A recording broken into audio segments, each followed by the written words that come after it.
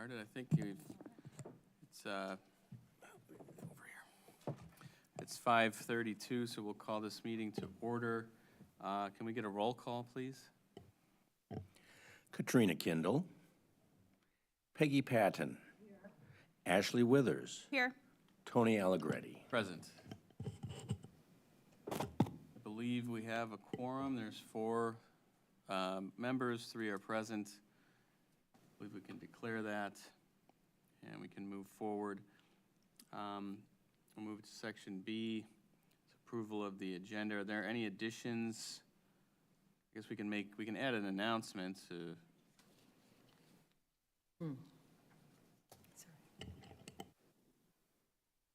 Regarding.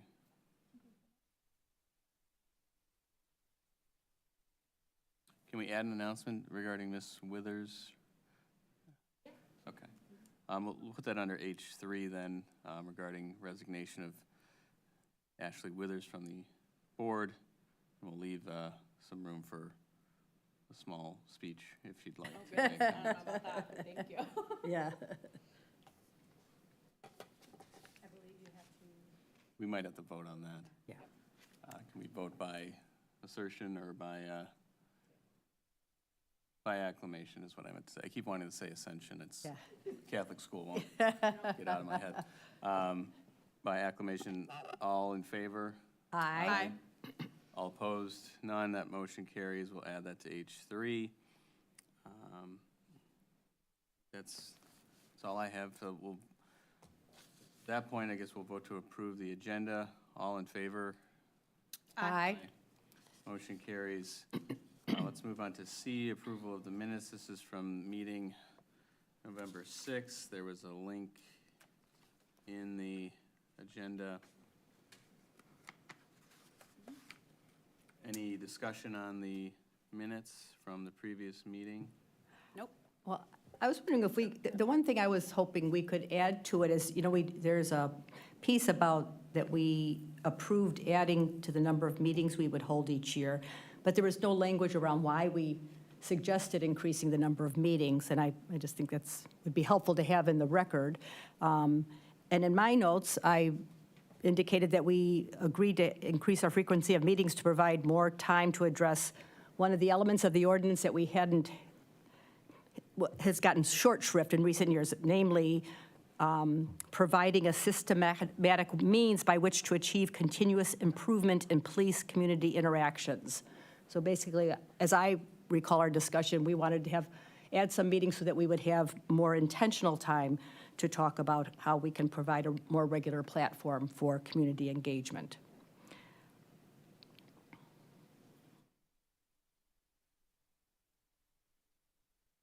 Was that under? In the minutes, Right. I'm just looking for the. it says on number 2 under unfinished business. Oh, I see. Okay. Oh, right. I'm sorry. There we Yeah. It just says potential meeting topics as a key reason, and if, that's fine too, but like I said, in my recollection, we actually had a specific meeting topic that was outlined in the ordinance that we just haven't had time really to take up. So can we amend, or do we have to postpone the approval then to amend the minutes? Or can we approve it as amended? Approve it as amended? Yes, you can go ahead and approve the minutes with the understanding that that change will be made in the official copy. Yeah, if that's okay with you two. I mean, you may have other recollections of why we wanted more meeting minutes, more meetings, but that was my. Yeah, I can move to approve the meeting minutes from the November 6, 2024 meeting with the understanding that the official minutes will reflect language surrounding the reason why we had added additional meetings in order to discuss additional ordinance requirements. It's very long. And ma'am, I'll ask you to restate that piece one more time. Yeah, we wanted to have more meetings to allow us to address a portion of the ordinance that's gotten short shrift, and that is, and this is in quotes from the ordinance, provide a systematic means by which to achieve continuous improvement in police-community interactions. And that's under Section 1920A in the ordinance. Yeah, we can. Thank well, you. Ashley's already motioned. I'll second the motion to amend. And we can vote by acclamation. All those in favor? Aye. Motion carries, so we'll amend the motion, or the meeting minutes from November to reflect that addition under E2. Okay, let's move then to, sorry, my agenda is frozen. Public input's next. Okay. I don't think, unless you have a statement, sir.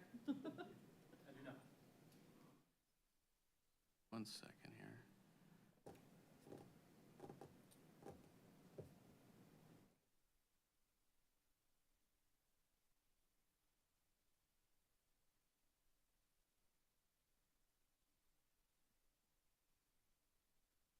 Okay, there we go.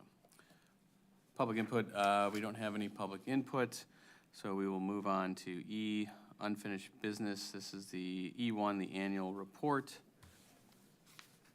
Carla, do you have comment on that?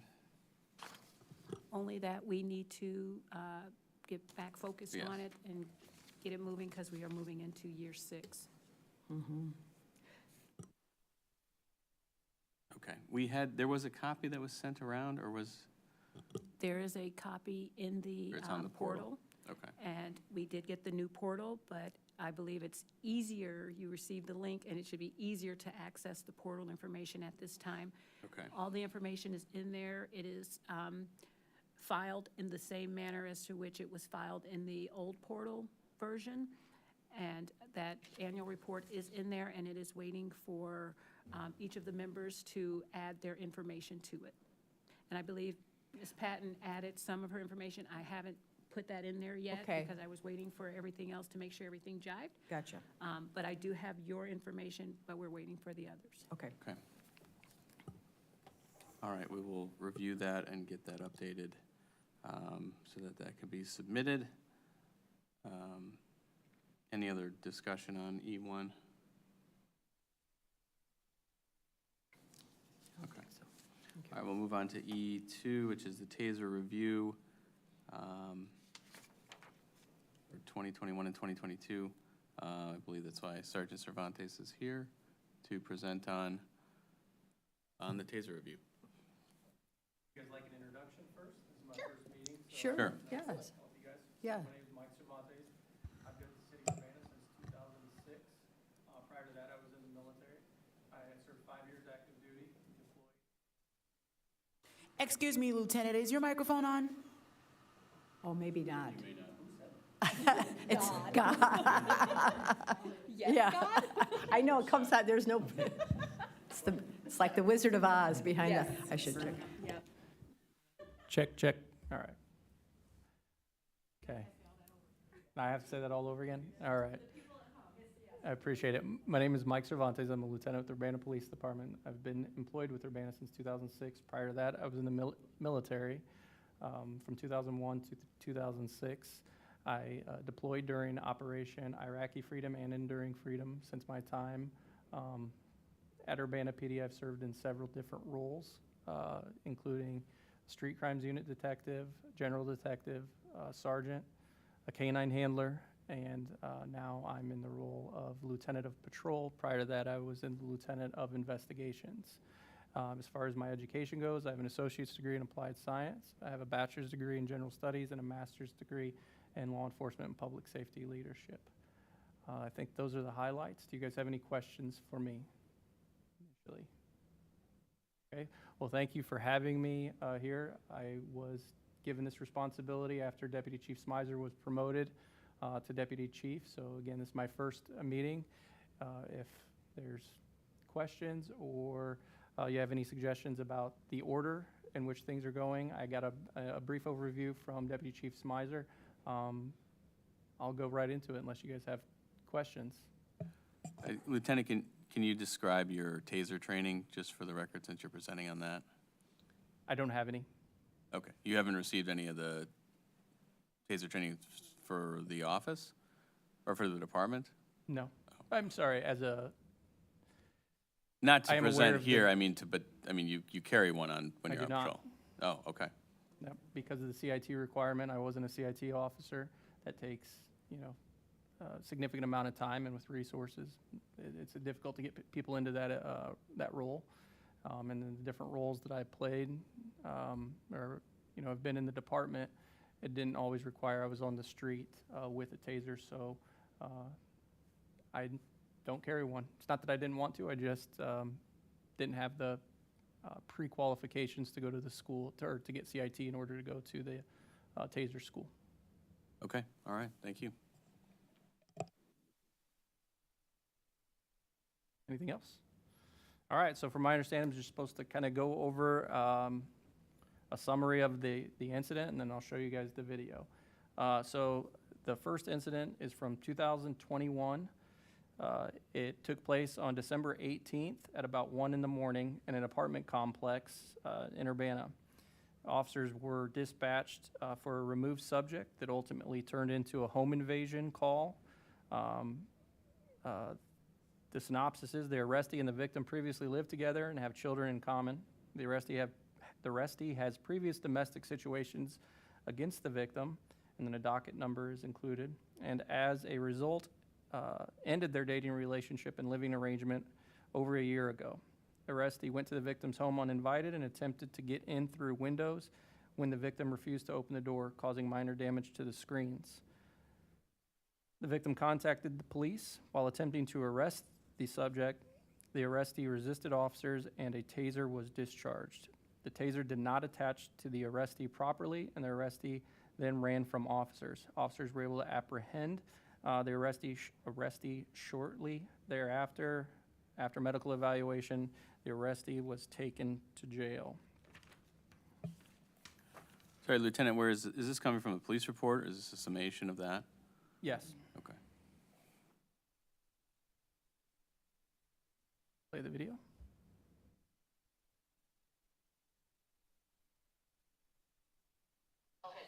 So this is the view from the sergeant on scene, who was actually the one that deployed the TASER. She was in speaking with the victim at the time, as officers were advised that there was cause to arrest the arrestee. That's when she's getting the radio call to go out and assist those officers to effect the arrest.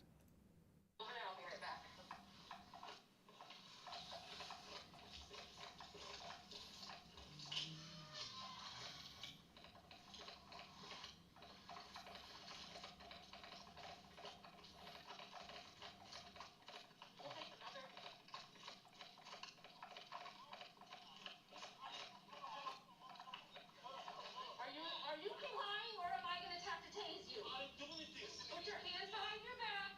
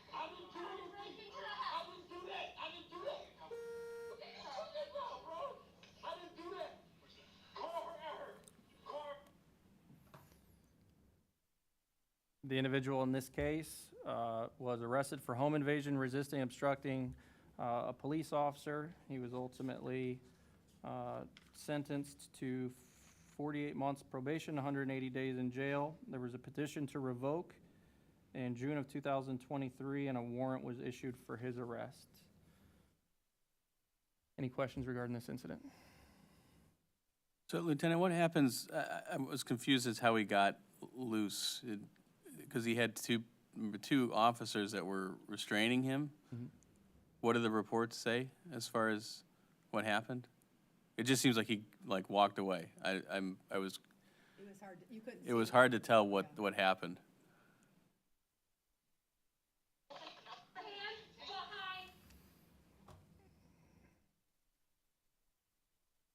I'll read you the exact. This is from the sergeant's report. And the sergeant is the one we're watching her Yep. video through. She observed the suspect in this case pulling away, not listening to commands as officers. Were using strong arm control in an attempt to pull the individual's arms behind his back and put him in handcuffs. The individual was actively resisting, and she could see that both officers in this case struggling as the individual pulled his arms to the front of his body. So if you watch the video, some of the things that I have noticed. Are you complying, or am I going to have to tase you? I didn't do anything. Put your hands behind your back. So if you Put your hand. pay attention to the arrestee's feet, that's one portion of it, and his left arm. Behind your back. Put your. Sorry. I think to answer your question in part is that he was tensing up and pulling away. So what you can't see is that it requires the officer to take a pair of handcuffs, place them on him, and then we have to double lock those. In order to do that safely, we got to get the individual in a cuffing position, and the handcuffs are only so long. So having their wrists close to one another is important. So even an individual who's tensing up, tightening, pulling away, as appears to be consistent with the video, appears they had a hard time actually getting him into custody, into handcuffs. At this point, he was already under arrest. He was not free to leave. They were arresting him.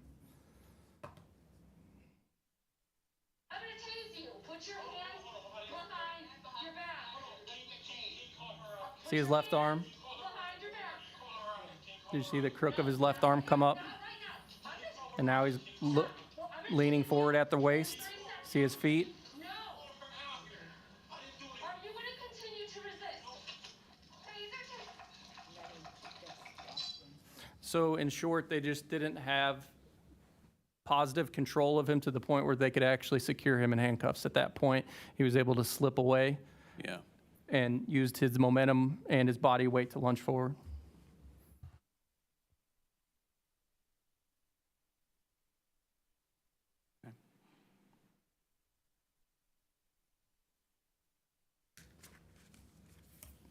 Had they just detained him there, or what?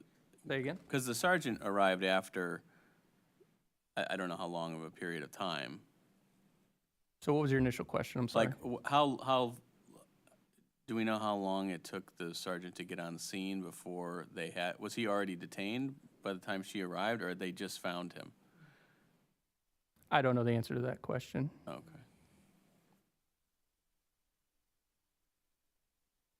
I know that they were going hands-on, meaning at that point they were physically affecting the arrest, Sure. and they had called for her assistance Okay. to come out at that point. So how long they'd been talking prior to that, I don't know. There was an investigation prior to that where the sergeant was talking to the victim, ascertaining, what actually occurred and a little bit of the history behind the individual that was ultimately arrested and the victim in this case. Mm-hmm.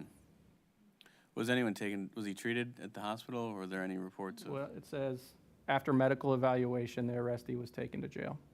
So the taser probes didn't actually penetrate. There was one probe that got stuck in his shirt, and that was removed on scene. Was he on scene when officers arrived? He Yes. was. So he didn't like leave and come back. He was there when they got the fire. Yep.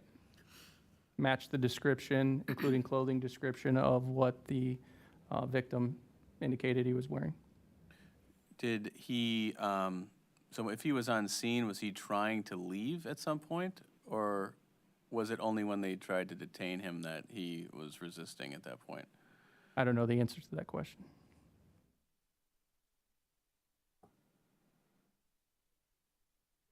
Attempting home invasion when she called the. I don't know why my thing goes on and off. Yeah, I can't speak to what his intentions were. I know that when officers arrived on scene, they encountered him in the area of the call for service. He matched the descriptions. They stopped him, and the sergeant that was investigating and speaking with the victim determined that there was probable cause to make an arrest. She relayed that information to the other officers on scene, at which point, this is an assumption because I wasn't there, that they went hands-on. That's typically how we would do it. There was 2, they had mass, so they went to take him into custody, and that's when they were having difficulties with that and called for another officer. And then as the sergeant was responding, she called for additional officers. Gotcha. Thank you.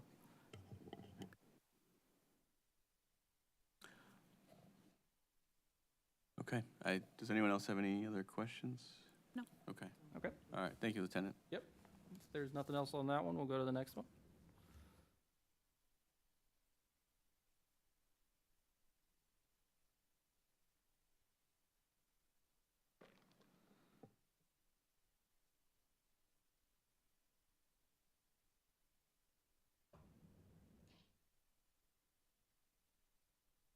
This incident is from 2022. September of 2022, it occurred at 9:50 p.m. It is in a residential neighborhood. I'll read you the synopsis first. The arrestee and the victim are married. This is another domestic situation. The arrestee caused a visible injury to the victim. The arrestee then made threats to shoot police officers during the investigation. The arrestee then armed himself with a knife and charged at police with the weapon. A taser was deployed on the arrestee and he was taken into custody. An officer was injured during the apprehension. Ultimately, the individual in this case, the arrestee, was charged with aggravated assault. Sorry, not charged. He was arrested for aggravated assault, resisting and obstructing a police officer, domestic battery, and he was ultimately sentenced to probation for this violation. What were the officer's injuries?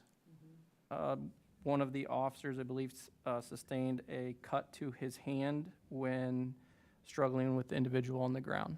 Is it from the knife or? No, I believe it was from actually the taser barb itself, Oh. from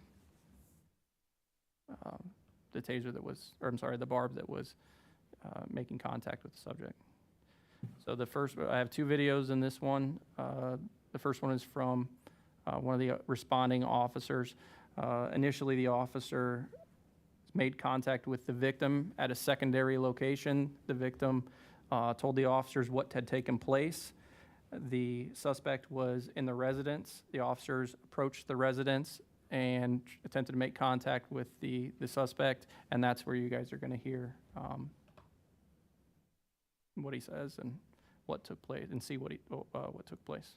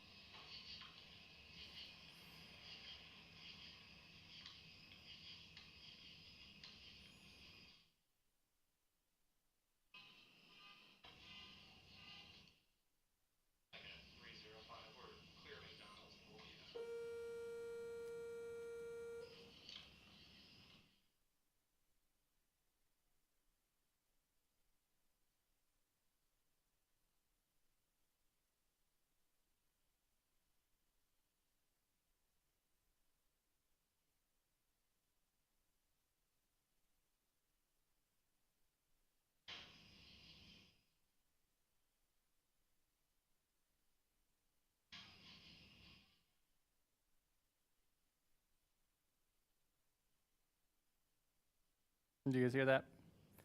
Get away from my door before I shoot you. I'll play it again.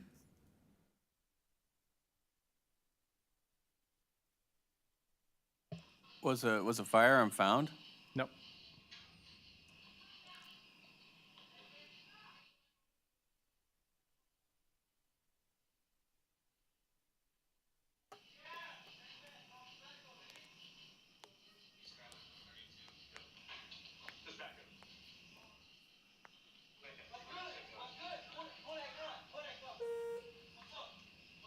We'll take more officers here if we're having a male threaten to shoot us.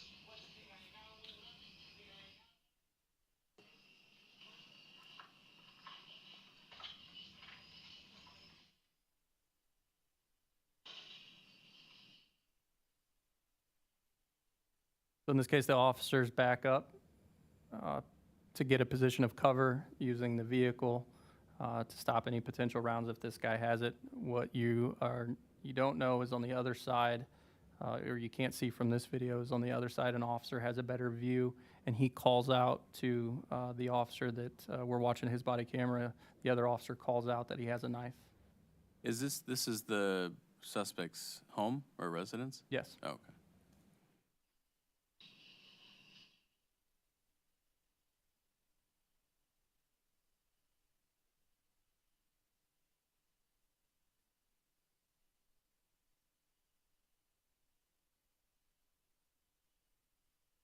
Where we retreated to cover.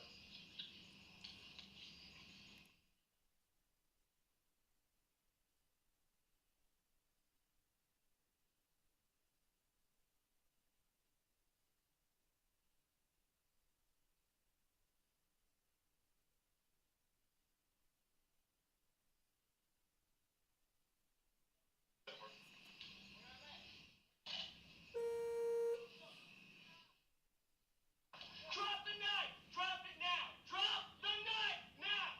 Drop the knife! Get on the ground now! So he had the knife in his hand and he threw it. So Lieutenant, so the officer we're watching, is that a firearm or is that a taser? That's a firearm. Okay. On the ground now! Get on the ground! Get on the ground right now! Get on the ground! Get on the ground! Get on the ground! Get on the ground! Get on the ground! Get on the ground! Get on the ground! Get on the ground! Get on the ground!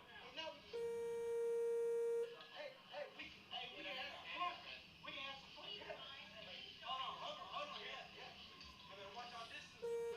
We need everyone in. I don't know if you caught that, but he says you better watch your distance. You better watch y'all distance. And then he points at one officer, says, "I'm going to get you." Taking off a shirt is typical and a pre-fight indicator. Obviously, he's animated. His arms are flailing. Are there drugs and alcohol involved? The victim in this case indicated that the offender, had been drinking all day. Were the officers who responded made aware of that? I don't know that.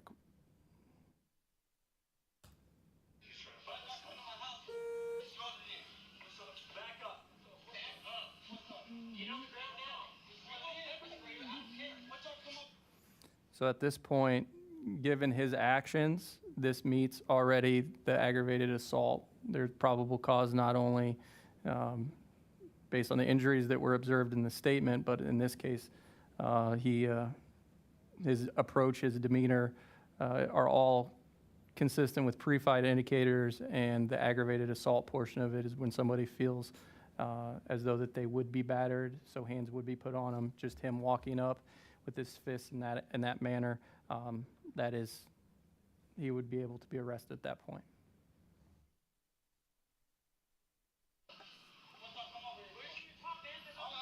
Get on the ground. Get on the ground now. Okay. I ain't going. Get on the ground right now. We'll talk about it in just a second. But get on the ground. Yes, you are.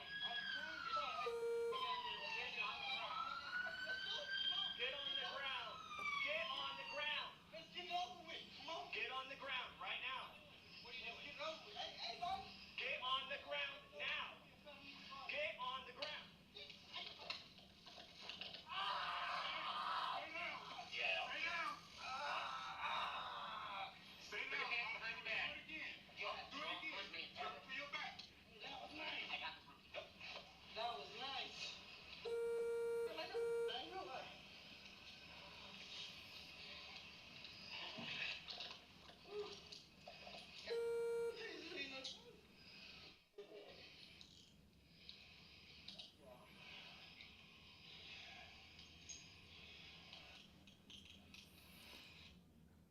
So this is a perfect example, based on the last video that we watched, what's required for handcuffing. There's fine motor skills that are required, and the cuffs, the individual's wrists have to be close enough for the cuffs to actually be effective. So I think that plays into it, and seeing this could potentially answer some of those questions about how difficult it is to actually get somebody's hands in the correct cuffing position in order to get them on safely.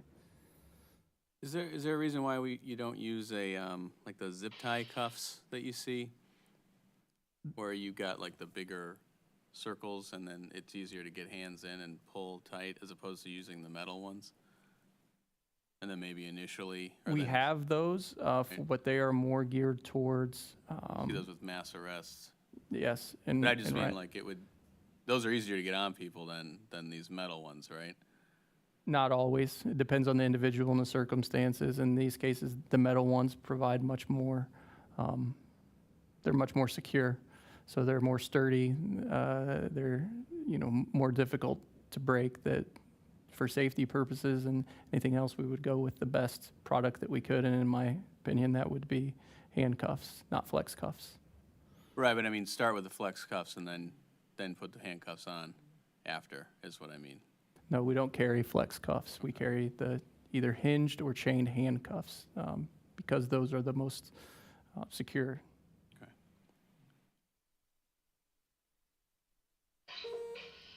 And you see the officer's hand there? Yeah.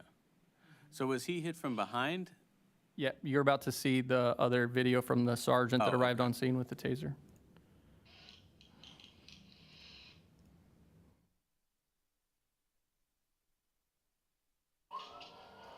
So this is from the sergeant who's arriving on scene, the one that actually deploys the taser as the officers were calling out what you heard them, or at least the one officer was calling out what you heard him calling out before, about officers expediting because he was actively trying to fight.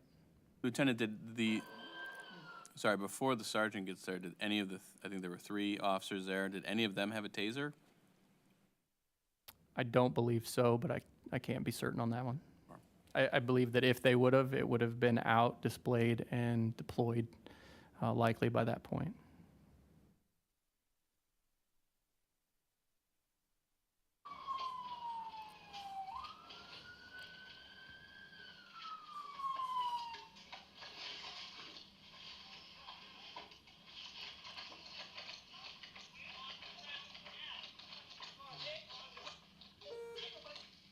Stay down! Stay down! Stay down! Stay down. You would do it again. I would do it again. Turn to your back. Hey, that was nice. I got this one. That was nice. That was hey, like a good thing. Like.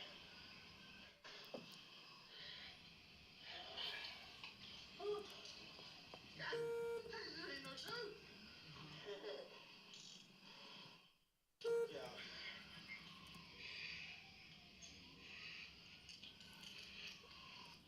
So another thing I think is important to note is the arrestee's statements after the fact. He says, "That was nice. The taser isn't a joke. I'm not gonna lie, that hurt." By deploying the taser, in this incident, immediately stopped the threat. Went down to the ground, and then after the 5-second shock was administered, they were able to get him in custody. And based on his statements, I think it's reasonable to conclude by him saying that hurt, he didn't want it again. So the sergeant on scene indicated he would do it again. He ended up not doing it again because the individual complied. Does the sergeant explain why he didn't announce the taser before he deployed it in his reports? I have a question that's similar to that. I wanted to know, as looking at this, did the person, when the officer with the taser, when he was approaching, did the person lunge at them? I wasn't Yes. sure if he lunged, but it looked like he lunged at them. He did. And so in that case, we want to strive to announce taser not only to the individual, but also to the other officers that are in the area. In this case, he had to act immediately. So he ran up from behind him, and you can see, we can watch that part again. I'll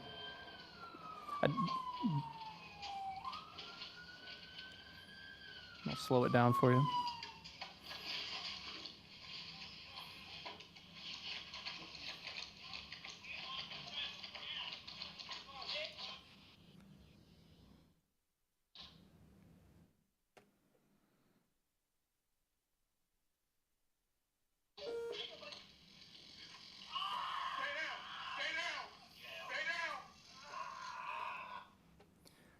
So I don't know if the sergeant thought he was going to use his taser for tactical reasons, obviously, with the individual having his back to the sergeant that's approaching from behind. That's a better position for the sergeant to be in. So if he was going to run up and affect a takedown, a physical takedown, that would have been better when the individual turned around and squared up. And you can even see it in the other video. I'll show you that. It has a better view of it. The deployment of the taser for tactical purposes in that point, I believe is appropriate, given the totality of the circumstances. Now, right? Get on,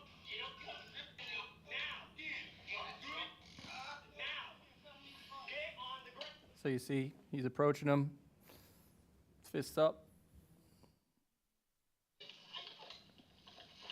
steps towards him. Sergeant deploys the taser as he's stepping back, continues to give verbal commands. Well, the sergeant runs up from behind him, right? Mm-hmm. Okay. Does the sergeant say why he ran up and then fired without announcing? Because it seems like they had him contained in. If he did, I don't know the answer to that question. I was reading the initial officer's report regarding the taser deployment and what was seen. Right, I mean, I don't think there's a report that the policy doesn't require them to explain their actions, it just detail what they did. I'm just curious if there was anything written in his report. I'm reading off the responding officer, the officer that actually took the report, not Right, that. yeah, not the sergeant. And that's not indicated in that initial report. I'm drawing an inference based on my experience. From a tactical position, if he was running up from behind him and wasn't sure what he was going to do at that point, if he was going to effect a takedown, I wouldn't have announced myself either. The police are in full uniform, the sirens, the lights, they're coming up. Any reasonable person, I think, would know that the police are there, that these are the police. This individual has already exhibited behavior that's Sure. violent. So you think the sergeant was going to take down, which doesn't involve the taser, you're talking about like physically grabbing him or something? That's a possibility. Okay. And then he changed his mind mid? When the individual turns around and notices that he's coming, that could be reasonable also. Okay. Either way, either one of those decisions made by the sergeant would have been appropriate given the individual's behavior at that point, and the goal ultimately be to take him into custody with as little resistance as possible. I appreciate these calls are made in a matter of milliseconds. You know, we're stopping and starting a video that looks like things occurred over a long period of time or many, many minutes, but the decision, right. And that's what we look at with use of force. The courts have been pretty clear on that. As far as looking at it through a reasonable officer's eyes at what they see at that moment and that time, not through the luxury of hindsight being 20/20. Right. Thank you. Can you refresh my memory about, on average, how many officers are on duty at one time that have a taser? It's not consistent. Okay. Is It- it it- usually it at all least depends. one? Sometimes it's one, sometimes it's none, sometimes it's two. Okay. So in this situation, if that officer, that sergeant had been busy on another call or there wasn't a taser, how would they have proceeded in this without? Likely brute force or using OC spray, maybe a baton. It just depends. A lot of times, no, not a lot of times. I would say 99% of the times, the individual's actions will dictate what we do. But at the end of the day, we needed to take the individual into custody. Of course, we would have liked for that to happen by him listening to verbal commands. It was obvious in this situation that he wasn't. Multiple times, officers told him to get on the ground. Had he got on the ground, we'd have been able to effect the arrest at that point. Later on, the individual did indicate that he just wanted to take a shot from an officer. He wanted an officer to shoot him, basically. Bold choice. And we didn't. The fact that he came out with a knife, and I think had he continued to move towards the officer. Deadly force would have been justified in that case. However, he listened to commands, dropped the knife, and this was resolved with less than lethal force, which is optimal, and that's what we would prefer. Officer sustained a minor injury to his hand. It's much more preferable than the individual getting shot or an officer sustaining, broken bones or significant serious damage in a fight with this individual who was clearly ready to fight.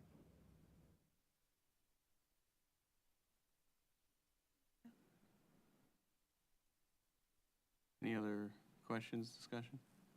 No. If Okay. you have nothing else for me, this is all I had tonight, and I look forward to working with you guys in the future, and congratulations. Look forward to everybody else. I have a question about how do you determine who's going to be the next person on CPRB, or is there They it have just to whoever apply, applies? and So then you they need interview with the applications. mayor and Okay. Carla and Tony. And, Okay. and a member of the police force Yeah, is also on usually. the interview Maybe team. you, who knows? Yeah, Maybe you'll get yeah. We've All been- right, well- We have 4 vacancies now, so we've been trying to get Being more said it on people. my interview. Okay. Yeah. Well, excellent. If there's no more questions for No, me. I just have a general question. I know from when we attended the TASER training, but that was over a year ago now,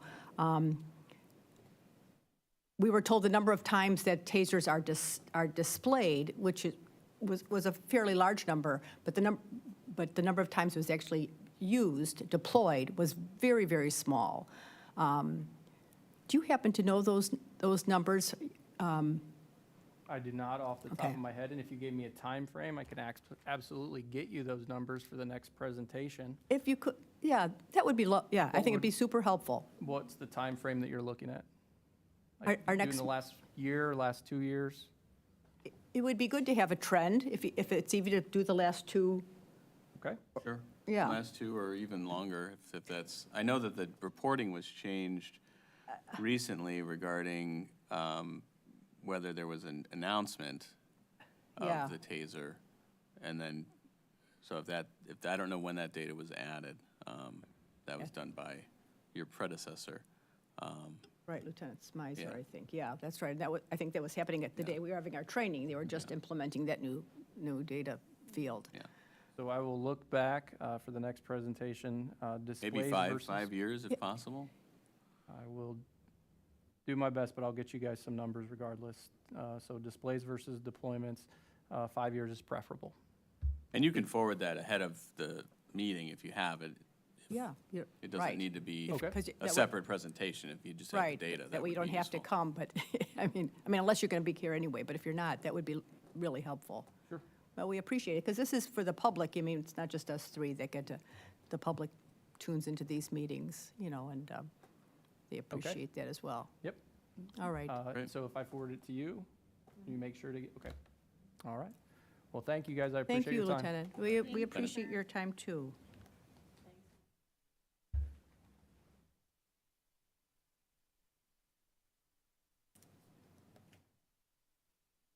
So I know the board doesn't determine whether or not individual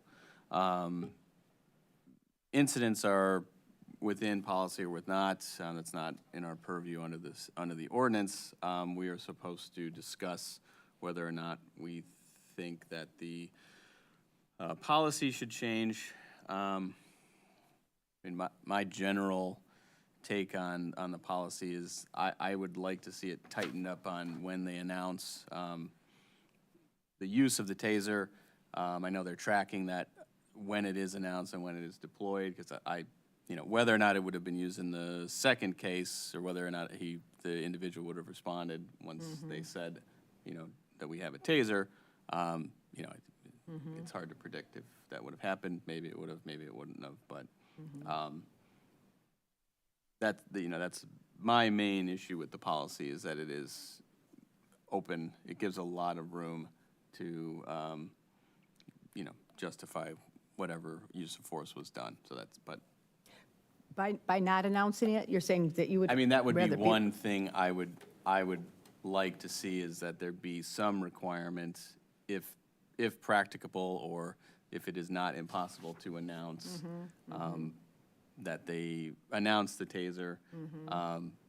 You know, I can appreciate circumstances where that may not be possible, but, you know, having it written in the policy and have some explanation as to why actions were taken, I think is also useful. We don't see that in these reports. The use of force reports are, there isn't explanation of, you know, especially around the taser. I understand there's a lot involved when they're writing these reports, but, you know, for our purposes to review and develop a better policy, some of those questions would be nice. You know, did this sergeant in the second one, did he change his course of action halfway through? You know, possibly. Yeah. I can understand why the subject would be startled and maybe charge at someone who was running up from behind him, not knowing who it was. You know, if there was alcohol involved, you know, that, you know, maybe that would have, you know, maybe a slow walk up and an announce of the taser, maybe he would have complied. I don't know. Those are, I mean, those are generally my thoughts on most of these, because the tasers, as much as they are not as lethal as a firearm, they are just less lethal. I don't think they are 100% safe, and I don't think anyone would claim that they aren't, so, because they can harm people too. Yeah, I mean, it seems like the majority of videos I've reviewed, they have announced it, and there have been a couple times, this one and then another that I can think of. But I think, and it seemed to me the reason we were given was because things happened so quickly. But I agree, it seems to me it would be an important aspect of the person who deployed the taser to indicate why they didn't announce it. If for no other reason, it would be a professional development area for supervisors to say, well, I don't agree that precluded you from announcing it. You know, I mean, I don't see it being abused, but I've only been on this for 3 years and probably have seen, I don't know, maybe 10 tasers in that time. But if there were a pattern of someone maybe relying on the reasoning that I had to make a split-second decision, you know, that might be an opportunity for a little bit more training on, you know, well, actually, that wasn't the case. And it would certainly be good for us and the public to know that. Right. I don't think that's a burdensome requirement to say if you don't deploy a taser, I mean, if you don't announce your deployment, Explain why. yeah, even if it's just a sentence. Yeah. So, yes, I would agree.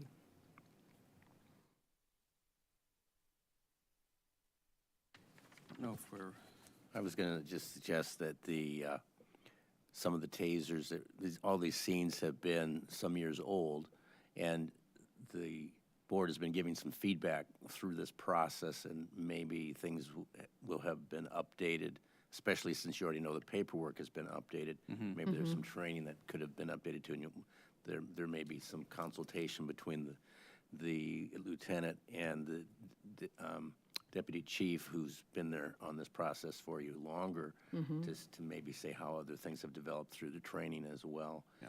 The other thing that I was thinking about as you were watching this, I was watching with you, was that the person arriving on scene would not have heard the dialogue and not known whether the knife had been dropped, not know necessarily that he had removed his shirt or whether there was a weapon in his clothing, somewhere, you know, in his pants, things like that. So when there's that threat and he's trying to rescue his colleagues, perhaps, Yeah.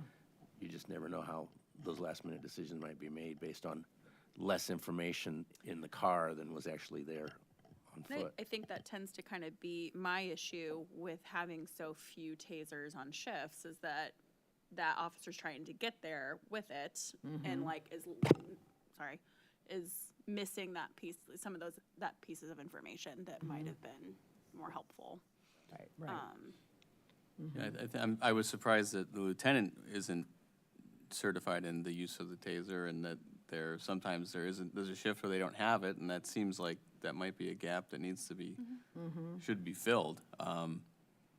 Because as much as they are something I don't think anyone wants to use, it's a good bridge between that and, we had the first officer who was displaying his firearm, and, that you know, that's the last thing we want to use. And if we, Yeah. I'm surprised that there isn't one on every shift, which, Yeah, and I think, you know, from the data that you mentioned, that saying the like, them showing it for the most part is enough for people to kind compliance. of, to de-escalate the situation. So it is, it's just something I wish that we could prioritize to get more on shifts, especially because we have so few officers on shift anyways. And like, while Urbana's not huge, like, there could be calls on opposite ends of town. And, you know, it kind of just puts everybody's safety at a little bit more higher risk, both, you know, victims and arrestees and officers, so. And I don't remember if it was Deputy Chief Smizer or the orientation that the three of us had. Yeah. But they were saying it's a budget issue and that maybe this group could potentially say to the council, this is a budget issue that we have an opinion about. Yeah, that's, yeah, right. Yeah, that's right, Tom, you were in our training, and we asked that question. They said, yeah, they're very expensive, and they don't share them. Well, not everyone's trained in it, but they don't share them. I think he gave some reasons why, but, I think from what I remember is like the barbs have like coded numbers or something that kind of would indicate like who shot it, and if you have people, they're trading them off, and that's right, so it's so. it had to do with kind of accountability for the equipment, Right. which is understandable. I think, you know, like everybody has like an assigned firearm and all those things. I Right. think that makes sense, but getting more on each shift Yeah, would right. be I think so, potentially too. beneficial. I I think believe so, too. Lieutenant Cervantes said that it's hard to get into the training, that there's criteria to get into the training. That's what, he said that's why he wasn't able to get Yeah. into it. It's That's time right. consuming and expensive, Right, and. right. And I also a think- cost. And a cost. And a yeah. cost, yeah. I But think also- prioritizing training is not a bad thing. Right, no, that's right. But it has been proven to be a deterrent, for sure. I mean, just the display of it. If you never had to use it, that would be great.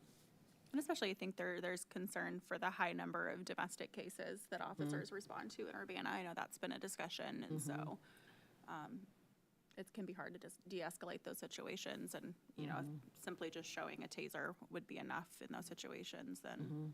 well, if we have the data showing that they announced and then there was no discharge, that might be Yeah, enough I think to- that would be really helpful that can information. show that these, you know, just the threat is enough to de-escalate, and that it's going to involve less people getting hurt, including cutting your hand on the barbs themselves. I'd also be really interested, and I should have suggested this before I left, but like when there's showing versus discharge, like what was the type of call that was it a domestic? Was it a, you know, disorderly, you know, what was the nature of the call? And I don't know, just be curious to know kind of if there's any correlation between different situations. Oh, I see. Requiring taser use, Yeah, you mean? you know, does that make sense? We could ask sure Lieutenant they can Cervantes. figure Yeah, that just out. kind of if we could Information categorize, like, was this a Nature. domestic, was this a Nature of the call. robbery, you know, whatever it may be, what was the nature of the call in general? Not that I'll be here, but, you know, might be helpful for you all. Yeah, absolutely. Is any more discussion on taser? No, sir? Okay, reviewing the ordinance, I know let's see. On-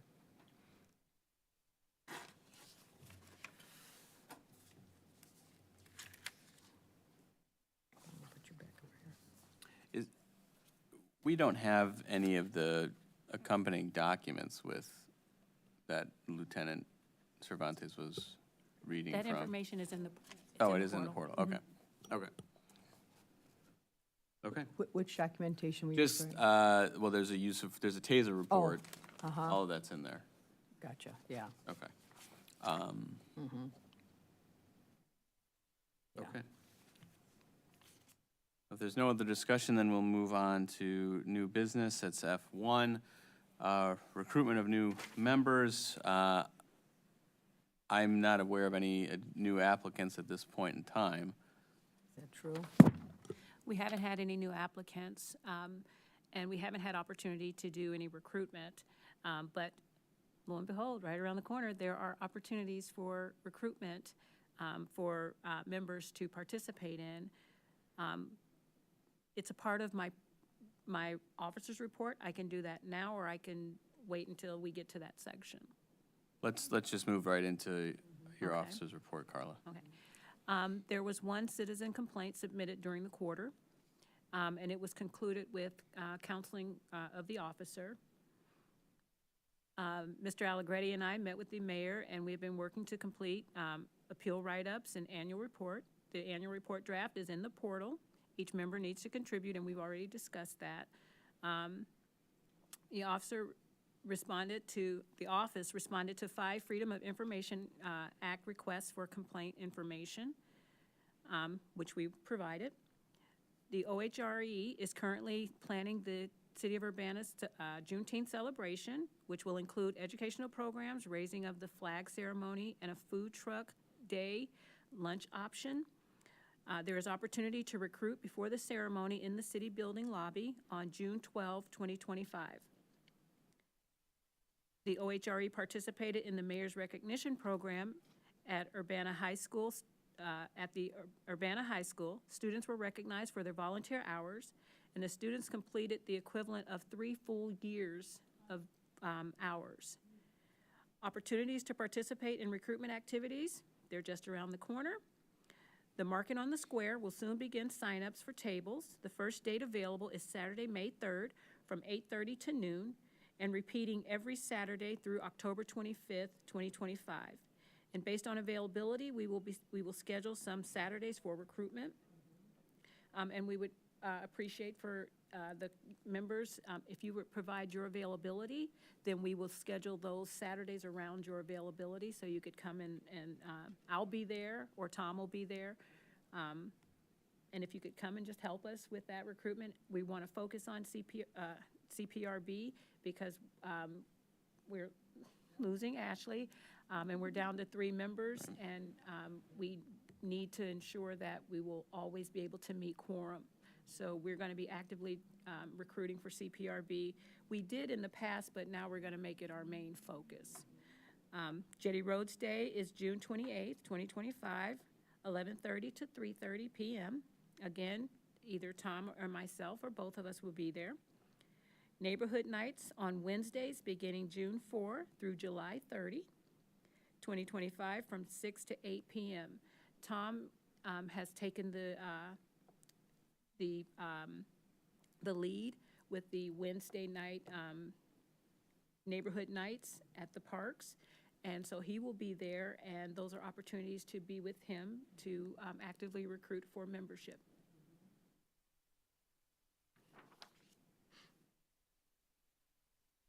And that is the end of my report. So did you say any Saturday, farm, Market at the Square is one that you could potentially set up? Or you'll be there every Saturday, and if we'll be there on a particular Saturday, then we'll make that focus be a recruitment for CPRB? I won't be there every Saturday. Yeah, okay, I didn't think so. That's a lot of Saturdays. That's a lot. Okay. Yeah. And that's all my Saturdays. Yeah, exactly, right. Only time I have off.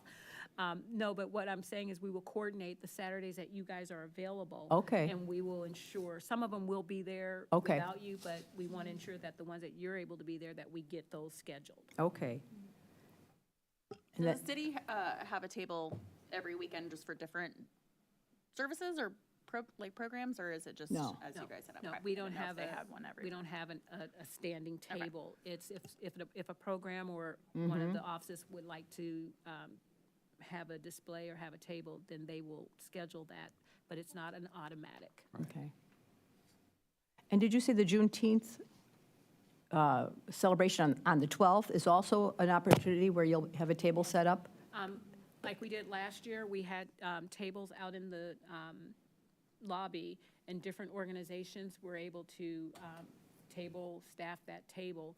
And so we are looking this year to have an opportunity for our boards that we staff Okay. to have a table to do some recruitment, because we have community members coming in, and they may not know that they could Sure. volunteer for one of our boards, and so we're going to Yeah. have that opportunity. So is that in the afternoon on the June 12th, or in the evening, or? The 12th is a Thursday, and the doors will be open at 9:30 in the morning, the activity in this chamber starts at noon, goes for about 45 minutes or so, and then outside again for the flag raising. So the tables would really be going from 9:30 until just before the program at noon. Gotcha, okay. Okay.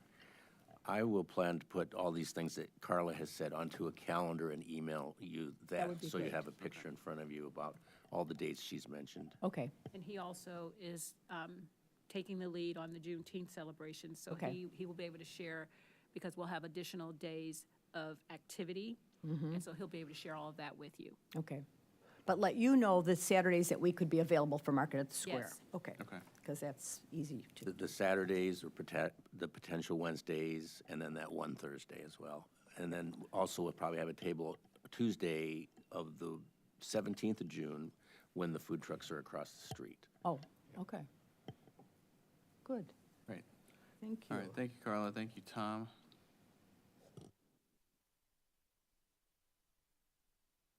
Okay, move to H2. So our next meeting is scheduled for June 25th, Wednesday at 5:30 PM in council chambers.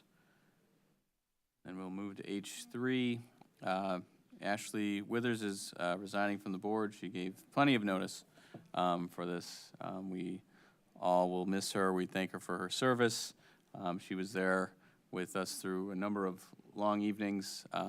She's a very dedicated public servant, and she's moving on, or continuing that. She's not off the hook with that in any respect. And we wish her well at the Park District.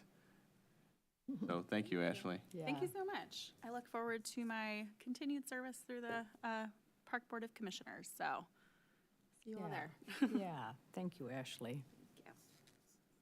We were in the same class, as it were, because we Yes. started at the same time, so I really enjoyed working with you. I would just like to say it's been a joy working with you. Thank you. for saying that. You brought different perspectives, you brought fresh, different ideas and different ways of seeing the information, and I just really appreciated that. Thank you.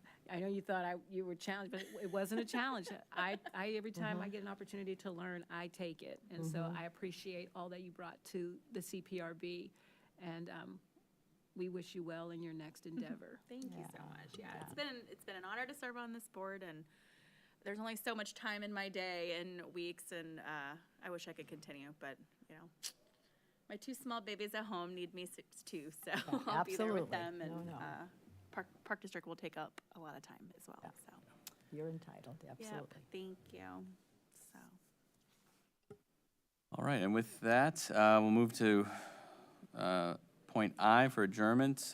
We have a motion to adjourn the meeting? Can I or- just ask one question? I wasn't sure where to insert this, but given the problems, at least that I've been having with the new webmail security features, it's now working, but last week it wasn't, and then the week before that it was, and for several weeks before that it wasn't. And I've been talking to people at IT, and they helped me, but then for some unknown reason, it stopped working 3 days ago. Today it was working. But given all that, and I know we can't, my understanding is we can no longer have webmail forwarded to our personal email. For the first 2 years I was on the board, that was forwarded, so if webmail somehow stopped working, we at least got important notices. But my understanding is that's no longer an option. I believe so. Okay. Because they want us to utilize the city emails. I know we had some issues, some technical issues over the weekend, so that might be why Maybe we're that's, having some issues, but all of those, we got an all clear today that those Okay. issues have been rectified. well, my question is where do you post the agenda? Because I know there must be a website for the public to see the agenda and other important notices like cancellation of a meeting for whatever reason. Where would that be posted? Because I thought, because it has happened to me that it just stops working and I can't reach, I can't find important information. But I thought I could look at those places. On the new city website, Uh-huh. I'm not sure if I know off the top of my head the exact path to get there.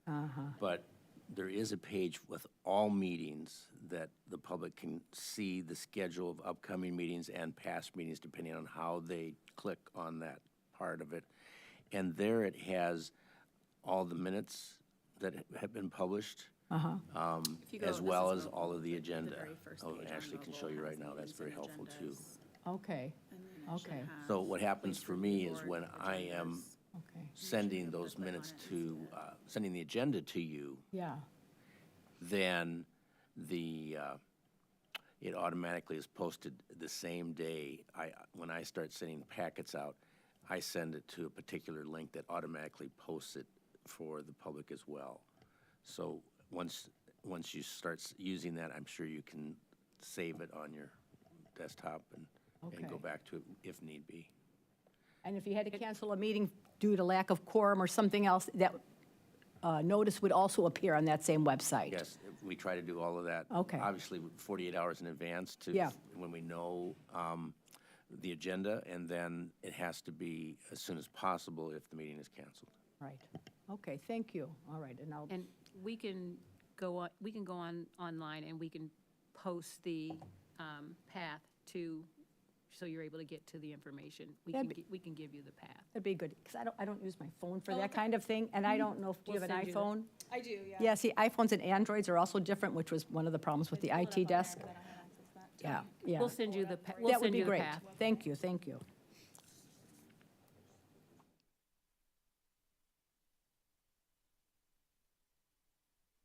Okay, thank you. Okay. Then with that, we'll move to adjournment. Do we have a motion to adjourn? I move to adjourn the meeting at 6:39 PM. Need a I'll second? second that, I'll second that. I think we can vote by, all in favor? Aye. All opposed? Motion carries. This